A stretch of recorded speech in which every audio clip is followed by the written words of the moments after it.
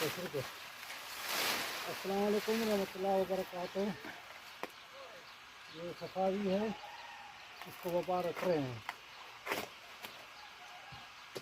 अरबी में व्यापार कहते न रखने को, न रख रहे हैं। सबसे पहले इसको काटना है, इसको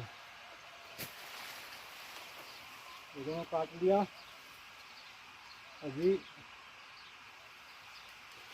ये ऊपर ऐसे करना है, ऊपर नीचे।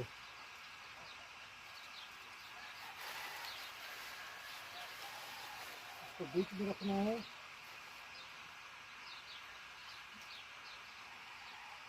माशाल्लाह इसका गेंद बहुत बड़ा होता है, ताकतवर होता है। फिर इसको ऐसे बांधना है, फंस के बांधना है।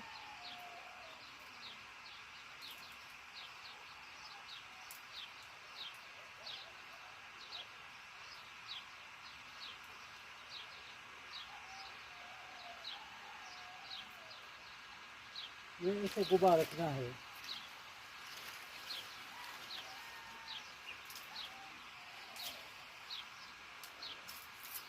ये दूसरा बंद देना है, क्योंकि ये गेंद इसका बहुत बड़ा है, इसलिए